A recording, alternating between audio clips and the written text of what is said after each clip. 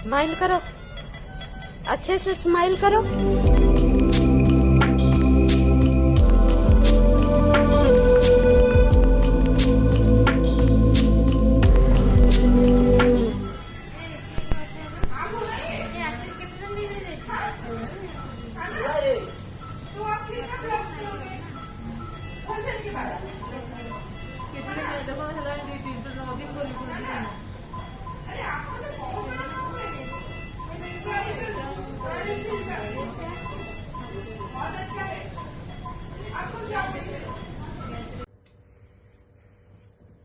अभी तो खांसी आई नहीं तो क्यों हटा दिया उंगली? नाक से सांस लेना, लंबी लंबी सांस लो और छोड़ो, मुंह से छोड़ो। खांसी आए थोड़ी तो कंट्रोल करना। अच्छा मुंह खोलो। आईज भी ओपन कर ले। हाँ कोई दिक्कत नहीं, चलने दे। हाँ नाक से ब्रीदिंग कर, मुंह से कर।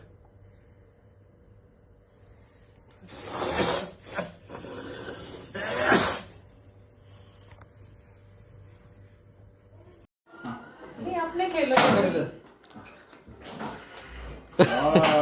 खुद ये करो तो खुद करो तो थोड़ा सिर सीधा करो पहले, थोड़ा ऐसे ऐसे खेल रहा था ना, जैसे खेल रहा था वैसे खेलो। अपने खुद कैच करो। मेरे को दे ठीक पकड़ना। हाँ फिर खुद करो तो ऐसे करो, ऐसे ऐसे।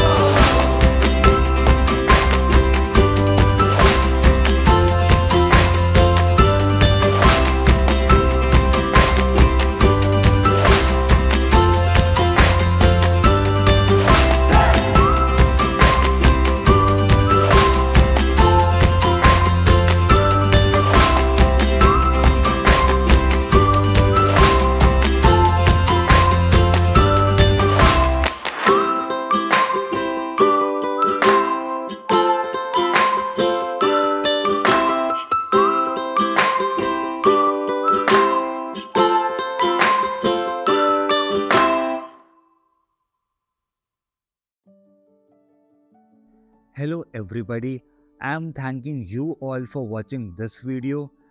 अगर आप लोग वीडियो यहाँ तक देखी हो तो अब इस वीडियो को पूरी कंप्लीट देखना, क्योंकि ये वीडियो का सबसे इम्पॉर्टेंट पार्ट है। अब मैं आप लोगों को बताने वाला हूँ कि मैं पिछले 1 साल से क्या सफ़र कर रहा था। ये वीडियो सबके लिए, ये वीडियो मेरे फ्रेंड्स के लिए, ये वीडियो ब्रेन पेशेंट्स के लिए जो पहले कभी सफ़र कर चुके हो या जो अभी भी ब्रेन से इंजर्ड हैं। इस वीडियो से शायद आपको कोई इन्फॉर्मेशन मिल जाए, गाइडेंस मिल जाए, एडवाइसेस मिल जाए जिससे आप लोगों की हेल्प हो सके। या फिर आप वीडियो ऐसी कैजुअली देख रहे हो, मेरे फ्रेंड्स कैजुअली देख रहे हो, जिन्हें पता लगे कि यार मैं कहाँ था और मेरी लाइफ पिछले 1 साल से कितनी ज़्यादा डिफ़िकल्ट बन चुकी थी। इस वीडियो को स्टार्ट करते हैं। 5 सितंबर 2023 मेरा रोड एक्सीडेंट हो गया था, जिसमें इंजरीज़ काफ़ी ब्रूटल थी। मतलब जो फ्रेंड्स मुझे लेकर गए थे हॉस्पिटल, उसमें से मुझे एक फ्रेंड ने बताया कि वो अपने हैंकरचीफ से मेरा ब्लड साफ़ कर रहा था और ब्लड इतना ज़्यादा बाहर आ रहा था, ब्लड फ्लो इतना ज़्यादा हो रहा था कि वो हैंकी को निचोड़ रहा था। मतलब ब्लड उसने एक बार ही पूरा साफ़ किया, फिर उसने हैंकी को निचोड़ा, फिर उसने दूसरी बार साफ़ किया, ऐसे ब्लड रुक ही नहीं रहा था। फिर वो एक हॉस्पिटल लेकर गए। वो एक हॉस्पिटल में बोला कि यार हमारे से तो ये केस नहीं होगा, ये काफ़ी मतलब ज़्यादा सीवियर हो गया, इसको आप दूसरे हॉस्पिटल लेके जाओ। तो फिर मुझे दूसरे हॉस्पिटल लेकर गया। अब जहाँ पे मैं गिरा था वहाँ से मेरे को दूसरे हॉस्पिटल जाते जाते 1 आवर 30 मिनट से 2 आवर्स लग गए थे। तो उस समय तक पहुँचते पहुँचते वो 2 घंटे क्योंकि लग गए थे, तो मेरी बॉडी में ऑक्सीजन गया ही नहीं। ऑक्सीजन बॉडी में नहीं गया तो ऑक्सीजन ब्रेन तक भी नहीं गया। फिर हॉस्पिटल ने इनिशियली मेरे को 10 डेज़ वेंटिलेटर पे रखा। 10 डेज़ में वेंटिलेटर पे रहा और वेंटिलेटर जो है वो काफ़ी हार्मफुल या फिर बैक्टीरियल इन्फेक्शंस क्रिएट कर देता है। पर जब तक मेरे को ज़रूरी था तब मेरे को रहना भी पड़ा था। मेरे केस पे वेंटिलेटर पे रहने से मेरे को निमोनिया हो गया था। यहाँ पे हम 25 डेज़ रुके थे। उसके बाद हॉस्पिटल वालों ने कह दिया कि इसको अब दूसरी जगह पे आप लोग शिफ्ट कर दो, क्योंकि वहाँ पे इसको बड़ी फैसिलिटीज़ मिलेंगी और बॉडी को जो जो रिक्वायरमेंट्स होगी वो फुलफ़िल होगी, अब जो इसके लिए ज़रूरी है, क्योंकि थोड़ा केस सीवियर हो गया था। तो मेरे पापा और मेरी फैमिली ने रोड एम्बुलेंस करवाया और मेरे को भुवनेश्वर शिफ्ट किया गया। भुवनेश्वर में अपोलो हॉस्पिटल पे रुका। अपोलो हॉस्पिटल पे मेरे को neurosurgeon doctor Biswal sir and उनकी टीम ने देखा। फिर भुवनेश्वर में डॉक्टर सर MRI स्कैन्स किए, CT स्कैन्स किए और उन्होंने पता लगाया कि मेरे को हाइड्रोसेफेलिसिस है। हाइड्रोसेफेलिसिस में क्या होता है कि हमारे हर ह्यूमन बॉडीज़ में ब्रेन में फ्लूइड बनता है। वो फ्लूइड अपने वेज बनाए हुए डिस्चार्ज होने के। मेरे केस पे क्योंकि मेरे को सर पर चोट लगी थी, ब्रेन इंजरी थी, तो फ्लूइड बन रहा था बट वो डिस्चार्ज नहीं हो रहा था, जिसके लिए मेरे को ब्रेन सर्जरी करवानी पड़ी। इस इंजरी में जो मुझे सिम्टम्स आए थे, क्योंकि ब्रेन फ्लूइड डिस्चार्ज नहीं हो रहा था, तो जो मेरी आईज़ हैं वो काफ़ी एनलार्ज हो गई थी। मेमोरी इश्यूज़ आ गए थे, रिकग्निशन इश्यूज़ आ गए थे। जब मैं रौरकेला पे था मैं अपनी मम्मी को भी नहीं पहचान पा रहा था। फिर जब हम लोग भुवनेश्वर शिफ्ट किए गए तो वहाँ पे मैं अपनी मम्मी को पहचानना चालू कर दिया, मैं अपने बड़े भाई को पहचानना चालू कर दिया, बट मैं अपने पापा को नहीं पहचान पा रहा था और पापा को बहुत लंबे समय तक नहीं पहचान पा रहा था। तो मेरी फैमिली बहुत घबरा गई थी। मेरी फैमिली फिर डॉक्टर्स को जाके ये चीज़ें बताना चालू की, तो डॉक्टर इस चीज़ को समझा और डॉक्टर ने कहा कि आप लोग को थोड़ा टाइम देना पड़ेगा, मतलब आपको इसमें पेशेंस बहुत ज़्यादा रखना पड़ेगा और आपको विल पावर बहुत स्ट्रॉन्ग रखना पड़ेगा। उस टाइम पे मुझे कुछ मेडिकल इक्विपमेंट्स लगे थे। मेडिकल इक्विपमेंट में मेरे को ट्रैकोस्टॉमी लगी थी। ट्रैकोस्टॉमी क्या होता है कि हमारे थ्रोट या हमारे वोकल कॉर्ड से एक पाइप इंसर्ट की जाती है, सर्जिकली एक पाइप इंसर्ट की जाती है और वो हमारे लंग्स पे जाके छोड़ दी जाती है। तो अनकॉन्शियस, क्योंकि मैं अनकॉन्शियस और रेस्टलेस था, तो ऑक्सीजन लेना भी मुश्किल हो गया था और बॉडी में ये सबसे ज़्यादा ज़रूरी चीज़ होती है। तो ट्रैकोस्टॉमी हेल्प करती है कि इस सिचुएशंस में, जो पेशेंट इस सिचुएशंस में होते हैं, जो बेहोश होते हैं या जिनको सेंसेस नहीं होते, तो ये हेल्प करती है बॉडी को, लंग्स को ऑक्सीजन देने में। और उसके बाद फिर मेरे को फूड पाइप लगा था। फूड पाइप मतलब जब किसी को ट्रैकोस्टॉमी लगती है तो ट्रैकोस्टॉमी में आप फूड और वाटर कंज्यूम नहीं कर सकते हो क्योंकि वो आपके गले से इंसर्ट होती है ट्रैकोस्टोमी। तो मेरे को फूड पाइप लगी थी। फूड पाइप नेज़ल कैविटी से इंसर्ट होकर स्टमक पे छोड़ दी जाती है और फूड और वाटर भी इनटेक करना ज़रूरी है। तो वो एक अल्टरनेटिव पाथ बना देती है फूड पाइप, जिससे बॉडी को जितनी चीज़ें दरकार है उतनी मिलते रहे। क्योंकि मेरे को ट्रैकोस्टोमी लगी थी, तो ट्रैकोस्टोमी के कारण इंसान ना बोल सकता है ना खा पी सकता है। मेरी फैमिली वाले मेरे को नोटबुक्स देते थे, पेन देते थे या फिर फ़ोन दे दिया उन्होंने, वो मेरे को कहते थे कि तुझे जो भी बोलना है ना तू ऐसे एक्सप्रेस कर लिया कर, ताकि हमें भी समझ में आ जाए और तुझे ज़्यादा परेशानी ना आए। पर क्योंकि चोट ऐसी जगह लगी थी कि मुझे समझ में ही नहीं आ रहा था कि मेरे साथ ये हो क्या रहा है या फिर मैं कहाँ पे हूँ, मेरे साथ क्या चल रहा है। कुछ टाइम तो पता नहीं चला, बट जब मेरे को धीरे धीरे सेंसेस आना चालू हुए तो मैं खाने के लिए भी उतना बोलना नहीं चालू किया, पर मेरे को पानी के लिए बहुत ज़्यादा फ्रस्ट्रेशन होती थी कि यार मेरे को पानी दो। अब क्योंकि मेरे को पता नहीं है कि मेरे साथ क्या हुआ है और मेरे को पानी क्यों नहीं दिया जा रहा है, हॉस्पिटल वाले जो स्टाफ है या हॉस्पिटल वाला जो डॉक्टर है वो अपनी जगह एकदम सही कर रहे थे। मैं नहीं समझ पा रहा था कि मेरे को पानी क्यों नहीं मिल रहा है। बहुत ज़्यादा मैं गुस्सा होना चालू हो गया था, इससे इनर फ्रस्ट्रेशन बहुत ज़्यादा चालू हो गई थी। मेडिकल कैबिन में हम लोग वहाँ पे थे, तो उस समय कॉरिडोर में, मेडिकल कैबिन के बाहर कॉरिडोर, उस समय डॉक्टर्स आए थे। पापा उनसे कुछ बात करने गए थे। तो उस समय मैंने क्या किया कि सलाइन ड्रिप्स जो मुझे लगी हुई थी वो सलाइन की ड्रिप्स अपने हाथों से हटाई और दूसरे मेडिकल इक्विपमेंट्स मैंने हटाए और मैं चला गया। मेरे को सामने एक पानी का जग दिख गया, तो मैं चला गया, मैंने पानी का जग लिया और मैं पानी पीना चालू कर दिया। पानी पीकर मैंने जग वहाँ पे रख दिया एज इट इज़ और मैं बेड पे आके लेट गया। मेरे पापा अंदर आए, पापा को पता लग गया था कि सारे, क्योंकि मेरे सारे हाथों के जितने ड्रिप्स वगैरह थे वो सारे निकले हुए हैं, वो सब में पता लग गया। पर ठीक है, वो बहुत टेंशन वाली स्टेज थी, बट ठीक है, डॉक्टर आए, डॉक्टर ने पापा को काम डाउन किया कि ठीक है, इसको अभी कैजुअली लेते हैं, आगे से अगर ये करेगा तो फिर देखते हैं कि ऐसा क्या करना है, क्योंकि इस स्टेट में ऐसे पेशेंट्स में होता है ऐसा। ठीक है। उसके बाद मेडिकल कैबिन में मम्मी थी और कोई नहीं था। फिर नर्सेज़ आई थी, मम्मी को उनसे बात करने जाना था, तो मम्मी चली गई थी और तब मैं भी सो रहा था। तो मम्मी जब बाहर गई कॉरिडोर पे बात करने, उस समय मेरी नींद खुली। मैंने वापस से वही चीज़ रिपीट करी, मैंने अपने मेडिकल ड्रिप्स वगैरह सारी चीज़ें खोली और मैं उस समय वॉशरूम पे गया और वॉशरूम को अंदर से लॉक कर दिया। वहाँ पे जो मैंने एक्टिविटी की, क्योंकि मेरे को नहीं पता था कि मेरे साथ क्या चीज़ें चल रही है, लेकिन अब जब मैं रियलाइज़ करता हूँ तो मेरे पापा मम्मी पर क्या बीती होगी, वो सोचकर मेरे को बहुत, मतलब मेरे को बहुत सैड फील होता है। मैं वहाँ पे वॉश बेसिन पे गया, वॉश बेसिन से वाटर टैप चालू किया और पानी पीते गया। बाहर से मेरे मम्मी पापा आ गए, वो लोग ने दरवाज़ा बहुत खटखटाया, तब जाके मैं दरवाज़ा खोला। फिर मेरे को आके मेडिकल बेड पर रख दिया गया। उस समय जितना मुझे याद है, जब मैं उस समय अपने पापा का चेहरा देख रहा था, मेरी मम्मी का चेहरा देख रहा था, तो सारे बहुत ज़्यादा परेशान थे।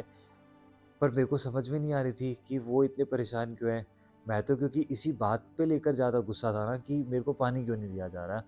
अब मेरे पापा मम्मी मेरे को बताते भी थे कि ऐसा हो गया, वैसा हो गया, क्योंकि अगेन चोट ऐसी जगह लगी थी कि मेरे को कुछ समझ में नहीं आता था। तो उस समय डॉक्टर ने फिर डिसाइड किया, क्योंकि अभी ये इसकी प्रॉब्लम्स बहुत है और क्योंकि ये और प्रॉब्लमैटिक स्टेज ना क्रिएट कर दिया जाए, ना क्रिएट कर ले, ये प्रॉब्लमैटिक स्टेज और क्रिएट ना कर ले, मेरे दोनों हाथों को साइड होल्डर से, मेडिकल बेड के साइड होल्डर से मेरे दोनों हाथ को ऐसे बांध दिया गया। यहाँ मेरा हाथ और यहाँ पे चेन लगा दी गई, जिससे मैं अपने ड्रिप्स ना खोलूँ और मैं कहीं जा ना पाऊँ। तो वो मेरे लिए बहुत ज़्यादा ही डिफ़िकल्ट स्टेज हो गया था, बहुत ज़्यादा डिफ़िकल्ट स्टेज हो गया था। ठीक है यार, डिफ़िकल्टीज़ वैसे क्रॉस होते गई। अब 4 मंथ्स हो गए थे इस चीज़ को। 4 मंथ्स में मतलब ऐसा था कि 2 महीने के बाद मेरे को ना कॉटन और गॉज से मेरे लिप्स गीले करना चालू कर दिए गए और डॉक्टर्स ने कहा मेरी फैमिली को कि अब जब इसको बहुत ज़्यादा, मतलब ये कंट्रोल ना कर पाए, तो मेरे लिप्स को गीले कॉटन से, गीले गॉज से चीज़ें करी जाए ताकि ठीक है। उसके बाद ट्रैकोस्टॉमी फिर मेरी निकाली गई। 2 महीनों के बाद मेरी ट्रैकोस्टॉमी निकाली गई।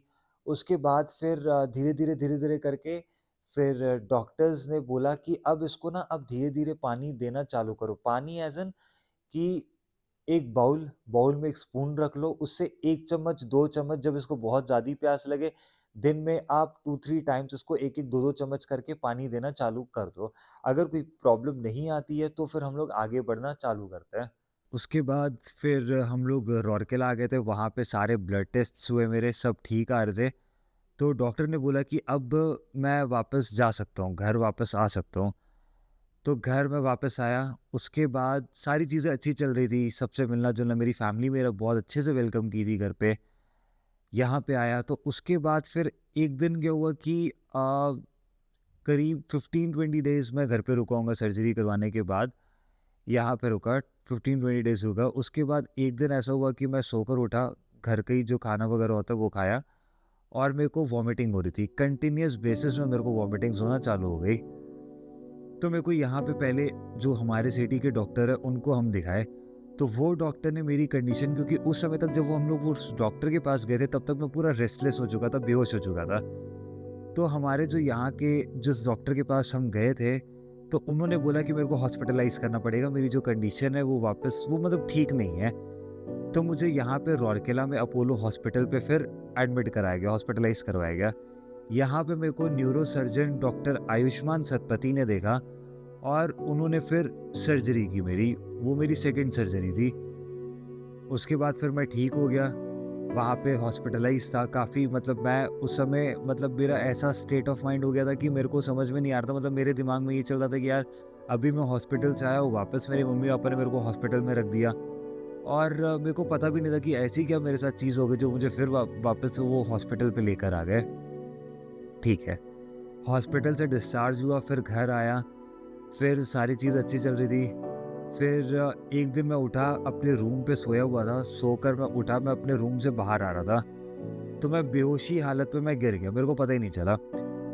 मेरे अच्छा है कि मम्मी वहाँ पे थी, मम्मी रूम के बाहर ही थी, मम्मी जल्दी से रूम पर आई, सारे घर वाले आ गए रूम पे और मम्मी ने चेस्ट को पुश करना चालू कर दी, क्योंकि मम्मी ने बताया कि मैं ब्रीदिंग नहीं हो रहा था, मेरी मतलब ब्रीथ कर नहीं रहा था मैं। तो चेस्ट पुश करना चालू और उसके बाद सारी चीज़ें, उसके बाद फिर मतलब होश पे होश जब आई तब फिर मम्मी पापा ने बोला कि थोड़ा वॉक पकड़ के तेरे को कराते, थोड़ा वॉक कर घर पे। फिर उसके बाद वॉक करना चालू किया, फिर ठीक था। पर मतलब उसके बाद ऐसा हो गया था कि फीवर आ गया था, मेरे को फीवर चढ़ गया था और वो फीवर जो है वो कंटिन्यूस बेसिस में था, मतलब हर दिन मेरे को फीवर आ रहा है, हर दिन फर्स्ट हाफ ठीक जा रहा है, second half near about 5 o'clock और 6 PM उस समय मेरे को फीवर आ जा रहा है और ये हर दिन हो गया था, ये ऑन अ कंटिन्यूस बेसिस हो गया था। ये 10-15 डेज चला तो पापा मम्मी वापस से घबरा गए थे, उन्होंने कहा कि यार हमें रिस्क नहीं लेना।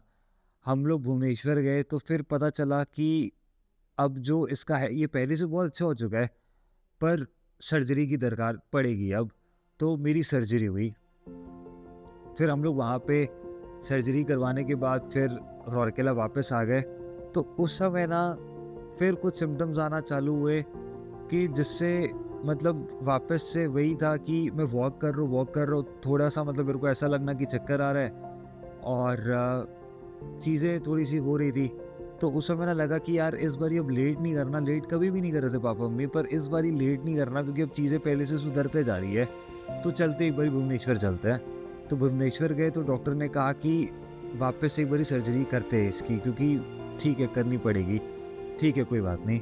तो उस समय ना थोड़ा सा मतलब घबरा गए थे और क्योंकि अब मेरे को भी सेंसेस आना चालू हो गया था तो मेरे घर वाले और मैं सारे घबरा गए थे कि यार मतलब इस बारी जो सर्जरी हुई थी ये 3rd और 4th with in a month ये सर्जरी हो रही थी।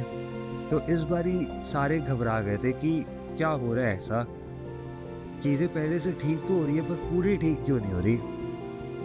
4th सर्जरी हुई, ठीक है, उसके बाद फिर घर आ गए और उसके बाद चीज़ें वाकई बहुत ज़्यादा ठीक होना चालू हो गई थी।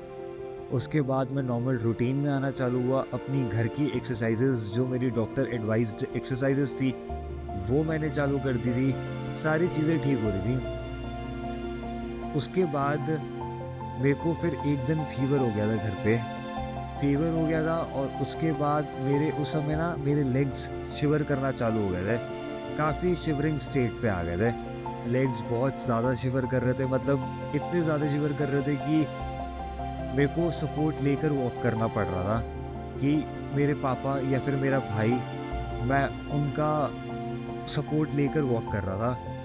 फिर इस बारी हमने कहा कि यार हमें अब लेट नहीं करना, क्योंकि पहले से हमें प्रोग्रेस दिखी है, तो अब लेट नहीं करना। हम फिर से भुवनेश्वर चले गए थे। वहाँ पे डॉक्टर जब आए, डॉक्टर ने थॉरली चेक किया। डॉक्टर भी अपसेट हो गए थे क्योंकि डॉक्टर काफ़ी अच्छे मिले थे। डॉक्टर भी अपसेट हो गए थे क्योंकि उनको भी दिख रहा था कि यार पेशेंट पे बेचारे पे क्या बीत रही होगी, बैक टू बैक सर्जरीज हो रही है, उस पर क्या बीत रही होगी और ऐसी क्या चीज़ें कि वो ठीक नहीं हो रहा। तो डॉक्टर ने फिर 5 सीनियर सर्जन, डॉक्टर खुद बहुत सीनियर है, डॉक्टर इनफैक्ट वहाँ पे न्यूरो सर्जन में डॉक्टर उस हॉस्पिटल में हेड पे आते हैं, वो डॉक्टर के बारे में मैं बाद में बताऊंगा। तो वो काफ़ी सीनियर डॉक्टर है। तो डॉक्टर ने कहा कि इस बार ये 5 डॉक्टर्स की सीनियर टीम बनाते हैं और देखते हैं, और इस बार तो अब इसको ठीक करके भेजना है। डॉक्टर ने ये चीज़ पूरी सोच ली थी। इस बार वहाँ के जो न्यूरो हेड है डॉक्टर बिस्वाल सर, उन्होंने वाकई मेरे को ठीक करके भेजा है। वो डॉक्टर मेरे को बोले थे, क्योंकि बैक टू बैक मेरे केस पे सर्जरीज हुई, तो कभी भी किसी की बॉडी में कोई भी सर्जरी होती है, कोई भी ऑर्गन में सर्जरी होती है, तो वो ऑर्गन सारी नर्व्स से सराउंडेड होती है। पहले वो नर्व्स की प्लेसमेंट्स की जाती है, उसके बाद ऑर्गन पे वर्क किया जाता है। तो न्यूरोपैथी की इशू आई। न्यूरोपैथी में तो मैं बहुत ज़्यादा परेशान हो गया था। मतलब मेरे को जो सिम्टम्स आए थे, मतलब मेरे पैरों में, मेरे फीट्स पे pins and needles, electric currents, उसके बाद नर्व पुल बैक्स होना चालू, तो ये सारी चीज़ों में बहुत ही दिक्कतें आना चालू हो गई थी। तो मैं बहुत ज़्यादा डर गया था यार कि मतलब चीज़ें ख़त्म ही नहीं हो रही है। पर ठीक है, बट डॉक्टर पेशेंट की उस समय बात कर रहे थे और उस समय तक मेरे को भी सेंसेस आ गए थे, बट मेरे लिए बहुत ज़्यादा दिक्कतें हो गई थी क्योंकि मैं सो नहीं पा रहा था। मतलब अगर मैं रात को सो गया, सवेरे उठ गया, तो सुबह से लेकर जैसे मेरे को दोपहर को रेस्ट करना ज़रूरी होता था, तो वो हुआ ही नहीं। अगर मैं उठ जा रहा हूँ तो उसके बाद मैं सो ही नहीं पा रहा हूँ। क्यों? क्योंकि सेंसेशंस बॉडी में इतने ज़्यादा हो रहे थे, इतने पिन्स एंड नीडल्स, मतलब ऐसा लग रहा था कि सुइयाँ चुभे जा रही है, वो ख़त्म ही नहीं हो रही। तो बहुत ज़्यादा दिक्कतें हो रही थी। बट एनीवे डॉक्टर बोल कर रखा था कि हाँ मतलब ऐसा चीज़ होगा, पर ठीक है, घबराना मत, ये चीज़ें पूरी ठीक हो जाएंगी। और जो कि हुई भी। अब विद टाइम सारी चीज़ें ठीक हो गई है। अभी भी न्यूरोपैथी के कुछ सिम्टम्स है, बट बाय ब्रेन उन्होंने पूरा ठीक कर दिया मेरे को, जो कि बहुत ही ज़्यादा बड़ी बात है। न्यूरोपैथी के कुछ सिम्टम्स है, जैसे कभी कभार इलेक्ट्रिक करंट्स लगते हैं, वो भी पहले से बहुत कम हो गए। उस समय पहले जब स्टार्ट हुए थे वो कंट्रोलेबल लिमिट में नहीं थे, अब कंट्रोल हो जाते हैं वो, अब प्रॉब्लम नहीं आती। अब मैं अपने बेसिक रूटीन पे आ गया हूँ और जो चीज़ें पहले कर रहा था वो सारी चीज़ें कर रहा हूँ, बेसिक रूटीन पे आ गया, एक अच्छी लाइफस्टाइल बना लिया मैंने और सारी चीज़ें एज नॉर्मल हो रही हैं। तो अब मैं बताऊँगा, अब यहाँ से मैं बताऊँगा कि अगर आपके नोन में, आपके रिलेटिव्स में अगर कोई ब्रेन पेशेंट है ना, तो उसको अटेंशन देना यार, मतलब उसको ना एक स्पेशल अटेंशन देना, क्योंकि एक ब्रेन पेशेंट की जो रिकवरी होती है ना, वो सबसे स्लो होती है। तो अब मैं बताऊंगा कि कैसे आप ये सारी चीज़ों पे ध्यान दे सकते हो। पहली बात तो कोई एक जन, उसका फैमिली मेम्बर, अगर आप बाहर से किसी को हायर कर सकते हो एज एन अटेंडेंट, वो कुछ भी जो आपकी पॉसिबिलिटीज़ में है वो चीज़ आप ज़रूर करें। क्योंकि कई बार ऐसा होता है ना कि ब्रेन पेशेंट को जल्दी आराम नहीं आता और उसको आराम आने में बहुत टाइम लग जाता है। मुझे खुद को 1 साल, 2 महीने, 3 महीने लग गए आराम आते आते, और अभी भी पूरा आराम नहीं है। पर हाँ, इससे ये हुआ है कि प्रोग्रेस हर, मतलब by each passing day I was getting the progress. तो ये चीज़ें हुई है, स्लो है पर ये चीज़ें ट्रीटेबल है, ये चीज़ें क्योरेबल है। तो उस चीज़ पे ध्यान देना, तो उसके साथ रहना। जो डॉक्टर एडवाइज्ड एक्सरसाइजेज हैं वो एक्सरसाइजेज उससे ज़रूर करवाना। उसकी फूड रूटीन पे ध्यान देना। उसको उससे बातें करते रहना, उसको अच्छी चीज़ों में डाइवर्ट कर कर रखना, तो ये सारी चीज़ें उसको हेल्प करेगी। और जो भी आप कुछ कर रहे हो तो डॉक्टर से कंसल्टेंसी लेकर ही करना, मतलब खुद से मत कर देना। हाँ, खुद से आप इतना कर सकते हो कि आप उसके पास बैठो, उससे अच्छी बातें करो, पॉजिटिव एनर्जी सर्कुलेट करो और ये सारी चीज़ें करो। अब मैं बताऊंगा कि मेरे केस में मैंने क्या किया, जो मेरे केस में मेरे को बहुत हेल्प की। शुरू पे तो मेरे को गुस्सा आ रहा था कि यार ये क्या यार, सुबह सुबह उठा देते, सुबह हुई नहीं कि मेरे को उठा दिया गया, इधर मेरे को बोल रहे कि तुम ये एक्सरसाइज करो, वो एक्सरसाइज करो। बट आज जब मैं वो दिनों को याद करता हूँ तो वो चीज़ें ही मेरे को काम आई, वो चीज़ें ही अभी तक मेरे काम आ रही है। मेरे को ब्रीदिंग एक्सरसाइजेस बोली गई थी जिससे हमारे ब्रेन में जो न्यूरोट्रांसमीटर्स है, जैसे मैं बताया ना कि मेरे को चीज़ें याद नहीं रहती थी या फिर मैं अपने पापा को पहचान नहीं पा रहा था, तो ये सारी चीज़ें मेरे को बहुत हेल्प की। मैंने ब्रीदिंग एक्सरसाइजेस मुझे घर से पहले तो ज़बरदस्ती बोलकर करवाई जा रही थी, बट जब मैंने करना स्टार्ट की, जब मैंने रिजल्ट देखने स्टार्ट किए, तो मैं आज तक कंटिन्यू कर रहा हूँ। मेरे को 1 साल हो गया ब्रीदिंग एक्सरसाइजेस हर दिन, उसके बाद वॉक करना, उसके बाद अभी तो फ़िलहाल मेरी ये 2 एक्सरसाइजेज ही मेरे को बोली गई। और हाँ, कुछ बीच में फिजियोथेरेपिस्ट आए थे जो बैक रिलेटेड एक्सरसाइजेज मुझे दी गई थी, वो सारी मैं कंटिन्यू कर रहा हूँ। लेग्स रिलेटेड एक्सरसाइजेज, वो सारी फ्री हैंड एक्सरसाइजेज हैं। जिम अभी तक मैं स्टार्ट नहीं किया, हालांकि मेरा डॉक्टर बोलते हैं कि आप कर दो, बट अपनी सेफ्टी के लिए मैंने स्टार्ट नहीं किया। तो अभी फ़िलहाल फ्री हैंड एक्सरसाइजेस करो, थोड़ी बहुत आधे 1 घंटे लगते हैं मेरे को, मैं उतनी ही कर रहा हूँ। तो आप भी, जो आपके नोन है, आप भी उनको बोलो कि ये सारी चीज़ें वो कंटिन्यू करें। आपको अभी नहीं तो कुछ टाइम बाद तो रिजल्ट्स दिखेंगे ही दिखेंगे। और हाँ, जब तक रिजल्ट्स नहीं दिखते तब तक वो कन्फ्यूजन चलते रहती है। वो मेरे साथ भी चल रही थी, वो सबके साथ ही चलती है वो। तो कंफ्यूज ना हो, करते रहो। जब आपको दिखना चालू होगा ना, तब आपको बिलीव होना चालू होगा। और जब तक एक इंसान को बिलीव नहीं होता ना, तो घर का कोई एक मेंबर उसके साथ रहे, ताकि वो परेशान ना हो, वो फ्रस्ट्रेट ना हो, वो इरिटेट ना हो।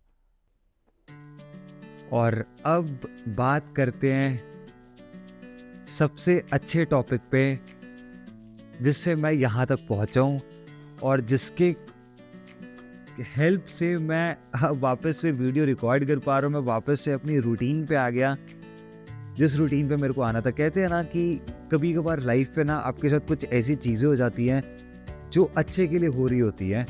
तो मेरे साथ जो ये चीज़ें हुई है ना, मैं इस चीज़ को एज अ ब्लेसिंग लेता हूँ। और मैं ये चीज़ बोल सकता हूँ कि मेरे सर पे लगी है तो मेरे दिमाग पे लगी है, तो जाके मेरे को दिमाग आया। तो मैं पहले यार मतलब घर वालों की बातें नहीं मानता था, फैमिली बिजनेस पे उतना एक्टिव नहीं था, सोते रहता था ज़्यादा टाइम, जो प्रोडक्टिविटी थी वो पूरी ख़त्म करके बैठ चुका था। अब जिस चीज़ पे मैं बात कर रहा हूँ वो है गुरबानी पाठ। आप किसी भी रिलीजन से बिलोंग करते हो ना, आप सारे रिलीजन की एक स्पेशल टाइमिंग्स होती है, एक पॉजिटिव टाइमिंग्स होती है। चाहे आप सिख हो, मैं एक सिख फैमिली से बिलोंग करता हूँ, मैं पंजाबी हूँ। चाहे आप सिख हो या आप हिंदू हो या आप क्रिश्चियन हो या आप मुस्लिम हो, हर रिलीजन की एक स्पेशल टाइमिंग्स होती है। हमारे में वो स्पेशल टाइमिंग जैसे बोला जाता है कि वो 3 AM से 6 AM है, जिसे हम अमृत वेला कहते हैं। अमृत वेला मैंने करना स्टार्ट कर दिया है। हर दिन उठता हूँ, सवेरे उठकर पाठ करता हूँ और बहुत अच्छा लगता है, बहुत पॉजिटिव फीलिंग आती है मेरे को, बहुत पॉजिटिव एनर्जी मिलती है उस चीज़ से। और क्योंकि मैं इसलिए नहीं कह रहा क्योंकि लोग कहते हैं कि आप ऐसा करो तो वो करोगे तो अच्छा रहेगा, वैसा नहीं। ये चीज़ अमृत वेला मैं अभी नहीं चालू कर रहा, मैंने अमृत वेला चालू कर दिया था मेरी 4th सर्जरी के बाद। मैंने अमृत वेला चालू कर दिया था, मेरी नींद अपने आप खुलती थी। पता नहीं क्या, शायद बाबा जी की मेहर है कि मैंने अमृत वेला खुद से करना स्टार्ट कर दिया। और वही अमृत वेला के स्टार्ट करने के बाद मेरी 5th सर्जरी हुई और वही मेरी आखिरी सर्जरी बनकर रह गई। तो अब मैं पाठ करता हूँ। और हाँ, मैं आपको ये भी कहूँगा कि आप अगर उस टाइम में नहीं उठ पा रहे हो ना, कोई बात नहीं, उस टाइम में आप उठने की ज़रूरत करो। जो भी आपके रिलीजन में जो पॉजिटिव टाइमिंग्स है, आप उसमें उठने की कोशिश करो। बट अगर आप नहीं उठ पा रहे हो ना, जब आपकी नींद खुल रही है ना, आप सबसे पहले काम, आप फ्रेशन अप होके सबसे पहला काम अगर आप कर रहे हो तो आप पाठ पूजा करो, अरदास करो, अपने लिए अरदास करो, अपनी फैमिली के लिए अरदास करो। और ये चीज़ ना मुझे मेरे पापा से बहुत इंस्पायर की। हॉस्पिटल में मैं उस समय पापा को पहचान नहीं पाता था।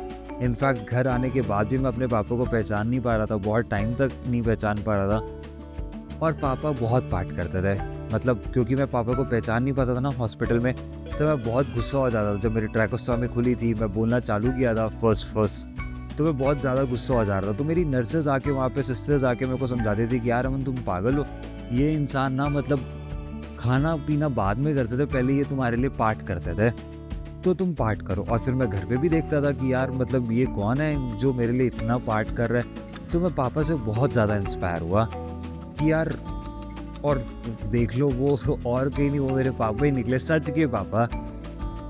तो मेरे को बहुत अच्छा लगना चालू हुआ। अब ये जो वीडियो है, अब जो आगे का पार्ट है, ये स्पेशल थैंक्स का पार्ट है। ये वीडियो क्योंकि बहुत लंबी हो गई होगी, तो अब ये स्पेशल थैंक्स का है, जिनको मेरे को थैंक्स करना है, मतलब बनता है मेरा उनको थैंक्स करना, क्योंकि उनसे मेरी फैमिली को, मेरे को बहुत एनकरेजमेंट आई है। सबसे पहला जो मैं हर दिन करता हूँ, मैं शुक्राना वाहिगुरु जी को करता हूँ कि उन्होंने मेरे को ज़िंदगी दी है, उन्होंने मेरे को दूसरी ज़िंदगी दी है। उसके बाद मैं वैभव सोनी, विवेक सोनी का बहुत बहुत शुक्रिया अदा करता हूँ। जब मेरा एक्सीडेंट हुआ था तो वो दोनों ने मेरे को देखा और वो लोग मेरे को हॉस्पिटल लेकर गए और उन्होंने मेरी फैमिली को इन्फॉर्म किया। वैभव मेरा भाई है, मैं उसको नॉर्मली वैभव ही बुलाता हूँ। विक्की, यार विक्की तो मेरा जिगर का टुकड़ा है, विक्की को विक्की डार्लिंग बुलाता हूँ। तो इनका मैं बहुत थैंकफुल हूँ। उसके बाद अपने पापा मम्मी, अपनी फैमिली का बहुत थैंकफुल हूँ, जिन्होंने इतने सारे डिस्टर्बेंसेस को कामली हैंडल किया और मेरे को लेकर आगे बढ़ते रहे। क्योंकि मम्मी को तो बहुत ज़्यादा, स्पेशली पापा को भी, पापा ने पार्ट किया, और मम्मी को मैं बहुत अब्यूजिव लैंग्वेज में आ गया था इनिशियल स्टेज में, शुरू में। जैसे अगर कोई मेरी बात नहीं मान रहा तो मैं उनको गालियाँ दे देना, ऐसा। तो उन्होंने फिर भी बहुत कामली उन्होंने मेरा ध्यान रखा, तो बहुत थैंकफुल हूँ मैं। उसके बाद मेरे रिलेटिव्स बहुत सारे यहाँ पे रौरकिला पे और भुवनेश्वर पे इकट्ठे हो गए थे, जिनका मैं नाम लूँगा अभी। उसके बाद मेरे पापा के फ्रेंड दीप अंकल जी और जसविंदर आंटी जी, जो भुवनेश्वर आए थे मुझे मिलने, मुझे देखने, मुझसे मिलने आए थे, मेरी कंडीशन पता करने आए थे, उनका मैं बहुत थैंकफुल हूँ कि आए, देख कर गए। बहुत खुश हूँ यार कि मतलब लोग आते हैं, मिलकर जाते हैं, बहुत अच्छा लगता है। उसके बाद अब वो लोग हैं, वैसे वो मेरे रिलेटिव्स ही हैं, मेरे मासड़ जी हैं, पर उनसे ना मेरी डेली बेसिस पे मेरी बात नहीं होती थी। मेरी मम्मी अटैच्ड है, मेरी उनसे उतनी बात नहीं होती थी, पर अब मैं कर रहा हूँ। हर ऑल्टरनेटिव डे पे या वीकली एक बार उनसे कॉल करके उनके हालचाल मैं ज़रूर पूछता हूँ। बहुत खुश हूँ कि वो लोग भी मेरे को देखने आए। उनमें से एक मेरी मासी जी है, जो पहले रानीगंज रहती थी, वो अभी लुधियाना में रहती है, पप्पू मासी जी। वो तो 1 मंथ से लेके 1 से 1.5 मंथ्स वो रह कर गए थे मेरे पास। मैं नहीं पहचान पा रहा था, मुझे याद भी नहीं है वो सारी चीज़ें, वो रह कर गए थे। उनका मैं बहुत ही ज़्यादा थैंकफुल हूँ। उसके बाद दूसरा थैंक्स बनता है मेरी रोज़ी मासी जी को, वो आई थी, वो मेरे से मिलकर गई। फिर मेरे मामा जी आए थे, वो मेरे से मिलकर गए। उसके बाद और ये सारे जितने भी हैं ना, ये 10 15 डेज़ रह कर गए हैं। उसके बाद मेरी बेबी मासी जी, मनमोहन सिंह अंकल जी रह कर गए थे, वो मेरे मासड़ जी लगेंगे, वो रह कर गए थे। उसके बाद फिर मेरी सबसे बड़ी मासी जी की जो बेटी है नीलम दीदी, वो भी आ गई थी मेरे से मिलने के लिए। और जबकि मेरा ना मेरी दीदी के साथ ऐसा भी नहीं था कि उनसे कोई बहुत ज़्यादा अटैचमेंट होना। मैं क्लास उनसे कब बात किया होगा मुझे पता भी नहीं, पर फिर भी जैसी उनको न्यूज़ मिली कि मेरा ऐसा हो गया, मैं क्रिटिकल हूँ, वो भी मिलने आ गई। और वो मेरे साथ मतलब वहाँ पे हॉस्पिटल पे चीज़ें खेलती रहती थी। मेरे को तो याद नहीं, बट जब उन्होंने मेरे को बताया तो मुझे याद नहीं आया और अभी भी याद नहीं है। तो उन्होंने इतनी सारी चीज़ें मतलब वो रह कर गई, तो मेरे को बहुत ही ज़्यादा स्पेशल फील होता है उनके लिए। नीलम दी, सोनम दी, इन सारे ने ना मतलब जो फैसिलिटीज़, जो रिक्वायरमेंट्स, जो नेसेसिटीज़ मेरी फैमिली को मेरे समय ज़रूरत पड़ी, वो सारी उन्होंने प्रोवाइड करी थी। तो अब इनको मैं हर दिन या फिर हर ऑल्टरनेटिव डे में मैं कॉल कर ही लेता हूँ। उसके बाद मैं बहुत ज़्यादा खुश हूँ, मेरी मतलब एक ऐसी फैमिली जो मेरे से, जो हमारे से कनेक्ट हो गई है, बट डायरेक्टली कनेक्ट नहीं हुई, मतलब डीपली कनेक्ट नहीं हुई। डीपली कनेक्ट एज एन मेरे भाई का रिश्ता हो गया था लास्ट ईयर। इस साल उसकी शादी होने वाली थी जनवरी में, तो मेरे एक्सीडेंट के कारण फिर चीज़ें पोस्टपोन होनी चालू हो गई थी, जो कि एक जेन्युइन रीज़न भी था। मेरा भाई या फिर मेरी फैमिली भी खुश नहीं होता ना कि मैं जब तक नहीं हूँ तो फिर मतलब कैसे, अगर जब हमारे पास अपॉर्चुनिटी है उसको पोस्टपोन करने का तो फिर क्यों ना किया जाए। तो वो फैमिली का भी मैं बहुत, हाँ, वो जो फैमिली भुवनेश्वर आई थी तब मैं उनको पहचान लिया था, रिकग्नाइज़ कर लिया था। तो बात नहीं कर पाया था, ट्रैकोस्टोमी लगी हुई थी, बट हाँ मतलब इशारों पे बातें हो रही थी। और मेरे को उनकी फैमिली बहुत ही ज़्यादा अच्छी लगती है, बहुत काम नेचर की है। मेरी भाभी बहुत अच्छी लगती है मेरे को, बहुत अच्छी है, उनका बात करने का तरीका बहुत अच्छा, और वो बहुत कंसर्न रहती है मेरी हेल्थ को लेकर। तो मैं बहुत ज़्यादा ब्लेस्ड फील करता हूँ कि वो भी आए थे। अभी तो डायरेक्टली जुड़े भी नहीं, अब उनकी जो मैरिज है, मेरे बड़े भाई और भाभी की जो मैरिज है वो नेक्स्ट ईयर जनवरी में रखी गई है। तो अभी तक जो ये वीडियो देख रहे हो ना, कमेंट सेक्शन में उनको भी कॉन्ग्रेचुलेशन का मैसेज ज़रूर डाल देना, तो अच्छा लगेगा। और अब वो नेक्स्ट ईयर हो रहे, तो बहुत अच्छा लगा कि वो लोग भी आए, बहुत अच्छा फील करता हूँ मैं। और एक स्पेशल थैंक्स बनता है मेरे चाचा जी को, जो मेरे चाचा जी का जो बेटा है जैकी, उसको भी मतलब मतलब मेरी कनेक्टिविटी उसके साथ भी उतनी नहीं है। उसकी शादी सितंबर में रखी गई थी, सारे गेस्ट्स आ गए थे, सारी चीज़ें हो गई थी। उसके थोड़े टाइम पहले मेरा एक्सीडेंट हुआ था, उस समय मैं रौड़किला में था, हॉस्पिटलाइज था। तो उसके पापा इस बात पे आ गए थे कि यार कोई बात नहीं, पहले हमारा घर का बच्चा ठीक हो जाए, तो उसके बाद हम शादी उसके बारे सोचेंगे, पोस्टपोन कर लेते, कोई दिक्कत नहीं है। सारी चीज़ें, सारा सब कुछ हो गया था, सारे प्रोग्राम्स वगैरह हो गए थे, सारे गेस्ट वगैरह आ गए थे, बट चाचा आ गए थे कि नहीं हम इस चीज़ को पोस्टपोन करते हैं। पर फिर मेरे घर वाले उनको समझाए कि नहीं कोई बात नहीं, हम लोग यहाँ पे हैं, हम लोग देख लेते हैं। अब क्योंकि सारी प्रिपरेशंस हो गई है तो इस चीज़ को अब पोस्टपोन नहीं करते, आप लोग करो, जैसा चल रहा है आप लोग करो। तो मेरी ना जैकी से भी कनेक्टिविटी अब मेरे को बहुत अच्छा लगता है कि जिनसे पहले, जिनको मैं पूछता नहीं था, मैं अपने फ्रेंड्स वगैरह पे रह जाता था, फैमिली पे मैंने कभी ध्यान नहीं दिया, और सबसे पीक समय में, सबसे ज़रूरत वाले समय में सबसे ज़्यादा मेरी फैमिली ही मेरे काम आई है। मैं डॉक्टर बिस्वाल सर को बहुत अप्रिशिएट करता हूँ। जितना उन्होंने मेरे केस में, जितना उन्होंने एफर्ट्स लगाए और जितनी मेहनत करी है ना, वो अनबिलीवेबल है।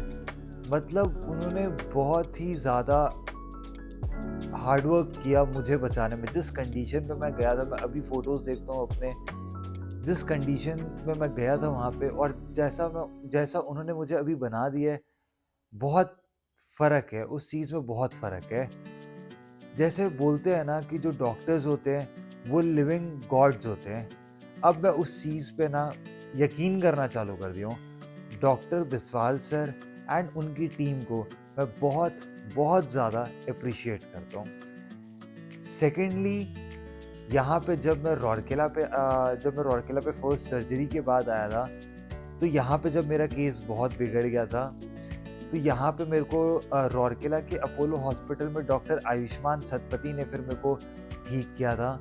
तो डॉक्टर आयुष्मान सतपथी सर के लिए भी मेरे लिए उतनी ही रिस्पेक्ट है कि मतलब जिस केस पे मैं गया था, और उस केस पे डॉक्टर बिस्वाल सर, मतलब ये मेरे ख्याल से मिडनाइट की बात है ये, जब मैं वहाँ पे रौड़किला पे डॉक्टर आयुष्मान सतपथी सर के पास पहुँचा था, तो ये रात की बात है।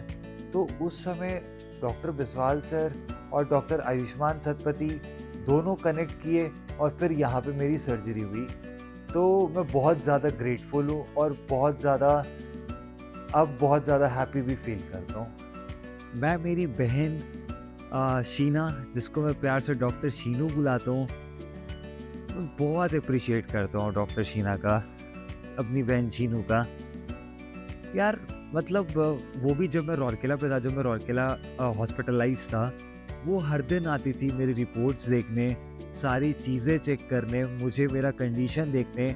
और उसके बाद जब मैं वहाँ पर गया, मेरे को मेरे घर वालों ने बताया, जब मैं जब भुवनेश्वर के हॉस्पिटल में हॉस्पिटलाइज था, तब शीना के वहाँ पे भी कॉल आते थे पापा को, मम्मी को ऑन अ डेली बेसिस।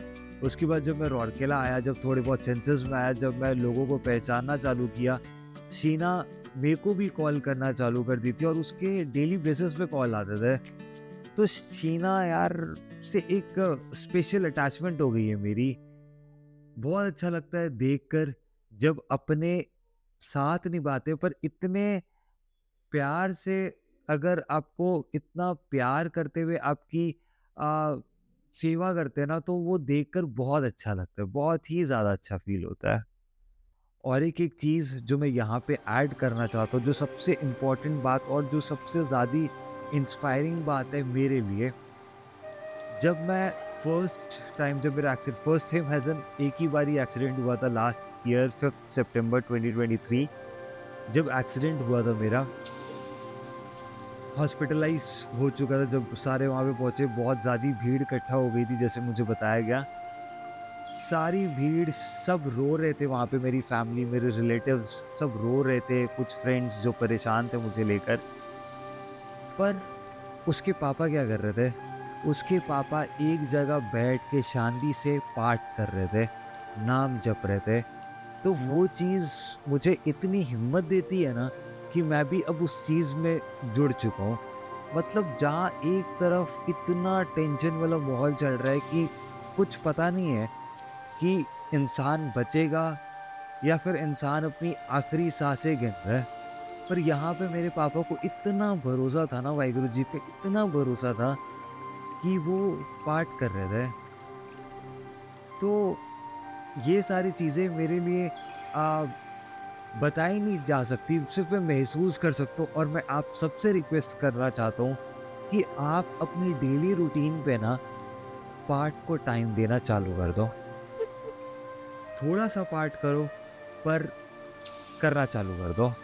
आपको भी हैप्पीनेस मिलेगी, आपकी भी विशेष पूरी होंगी। मेरे को कभी लगा नहीं था, जैसे मैं पहले वीडियोस बनाता था, मैं पहले कॉमेडी वीडियोस बनाता था, यूट्यूब पे मैंने पोस्ट करे हुए अपने कॉमेडी वीडियोस। कभी लगा नहीं था कि मेरे को इस टॉपिक पे मैं कभी वीडियो बनाऊंगा, कभी अपनी डॉक्यूमेंट्री वीडियो बनाऊंगा इस चीज़ पे लेकर। बहुत ही डिफ़िकल्ट, बहुत ही मोटिवेटिंग और बहुत ही इंस्पायरिंग जर्नी रही है। पहले एक अलग पर्सनालिटी था, अब एक अलग पर्सनालिटी बन गया हूँ मैं। पहले सिर्फ दिखावेबाजी में मैं रहता था, बट अब मेंटली बहुत स्ट्रांग हो गया हूँ। मतलब बोलते हैं ना कि आप जब अपनी चोट देखते हो, तब आप सीख जाते हो कि ये चोट कैसे लगी है, और आगे ये चोट ना आए उस पर आप ध्यान रखते हो, और यही चीज़ आपको आगे जाके स्ट्रांग बना देती है। तो अब मैं वाकई बहुत स्ट्रांग फील करता हूँ। अब चीज़ें क्लियर हो चुकी है कि मुझे अपनी लाइफ में क्या करना है, और हर चीज़ों के पीछे ना मेहनत करनी है। मैंने इस जर्नी में बहुत मेहनत करी अपने पीछे। जब सेंसेस आना चालू हुए, जो मुझे एक्सरसाइजेस बताई गई वो करनी चालू कर दी। उसके बाद अपना अमृत वेला मैंने संभालना चालू कर दिया, और जितनी भी टफ सिचुएशन अब मेरे सामने आती है, तो शायद मेरी बॉडी सपोर्ट करे ना करे, पर मेंटली टैकल हो जाती है मेरे से, जो पहले नहीं होती थी। पहले कुछ सब्सटेंसेस जो कंजम्पशन होते थे, फिर जाके शायद रिलैक्सेशन आती थी, बट अब ऐसा है ही नहीं, अब बिल्कुल भी ऐसा नहीं है। अब मेंटली रिलैक्सेशन के लिए मुझे कुछ नहीं चाहिए। मेरी जर्नी इंस्पायरिंग मुझे इसीलिए ऐसी लगती है क्योंकि बहुत टाइम के लिए मेरा खाना बंद करा दिया गया था, बहुत टाइम के लिए मेरे को पानी देना बंद करा दिया गया था। तो अब जब मैं पानी पीता हूँ ना, जब मैं खाना खाता हूँ, वही मेरे लिए इंस्पिरेशन है कि यार पहले तो मेरे को ये भी नहीं मिल रहा था।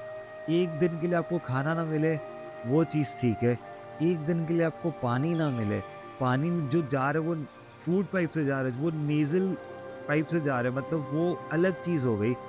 आप एक दिन अगर पानी ग्लास से ना पी कर देखो, तो उससे ही पता चल जाता है यार, आज हमारे पास, हम सबके पास सारे रिसोर्सेज हैं।